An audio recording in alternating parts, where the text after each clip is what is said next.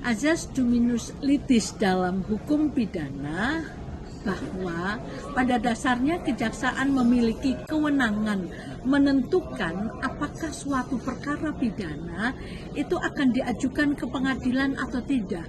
Kejaksaan juga memiliki kewenangan untuk menentukan jalannya perkara, termasuk menentukan tuduhan, kemudian pembuktian, dan argumen hukum. Nah, pada dasarnya prinsip-prinsip azas dominus litis dalam hukum pidana itu adalah kewenangan menentukan perkara.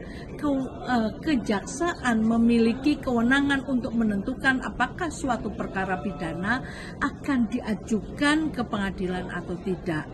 Kemudian sebagaimana yang saya sampaikan tadi, tuduhan, kemudian pembuktian. Masalahnya adalah adanya keterbatasan, adanya kemungkinan keterbatasan pengetahuan di pihak kejaksaan. Nah, di samping itu juga adanya kemungkinan berpotensinya terjadinya penyalahgunaan azas tersebut, sehingga dapat disalahgunakan oleh kejaksaan untuk menunda atau mengganggu proses jalannya peradilan. Jangan salah bahwa di dalam sebuah peradilan pidana itu adalah sebuah sistem yang terdiri dari subsistem kepolisian, yaitu penyidikan, kejaksaan, penuntutan, pengadilan, yaitu hakim memutuskan perkara, dan LP, lembaga eksekutor. Nah, semua lembaga itu harus punya kewenangan yang sinergi, yang sama. Sistem itu harus ditopang oleh subsistem yang sederajat. Karena apabila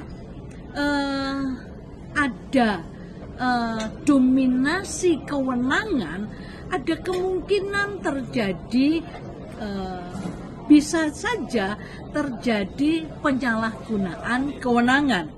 Mungkin juga di kejaksaan ada kemungkinan terjadinya penundaan penuntutan. Kejaksaan bisa jadi menunda penuntutan terhadap seseorang tersangka tanpa alasan yang jelas, sehingga memungkinkan tersangka untuk melarikan diri atau menghancurkan barang bukti. Ada juga untuk pengabaian bukti. Kejaksaan bisa saja ya, semuanya berpotensi. Kejaksaan mengabaikan bukti yang kuat terhadap seseorang tersangka, sehingga memungkinkan tersangka untuk dibebaskan dalam proses hukum yang adil. Padahal di dalam sistem peradilan pidana itu perlu adanya due process of law, sehingga kemungkinan kalau penerapan tanpa batas terkait dengan azas dominus litis ini tidak menyebabkan adanya sinergitas antara satu subsistem di dalam sistem peradilan pidana.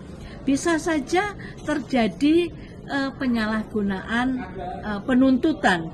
Kejaksaan bisa jadi menyalahgunakan wewenang penuntutan untuk menghentikan penuntutan, untuk menargetkan lawan politik misalnya, atau lawan bisnis misalnya, sehingga memungkinkan penyalahgunaan kekuasaan.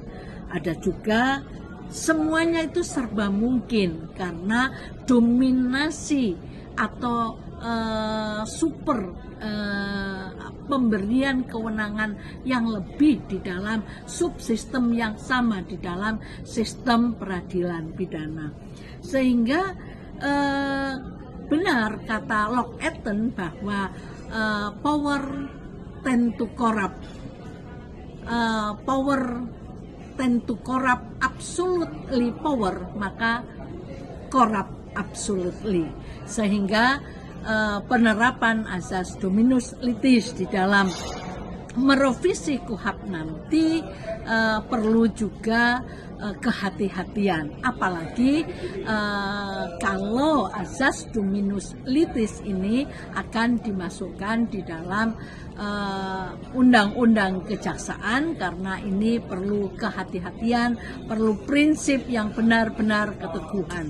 Tidak pernah ada sebuah institusi yang menjadi superpower yang kemudian menerapkan kehati-hatian di dalam proses penerapan sebuah sistem. Terima kasih.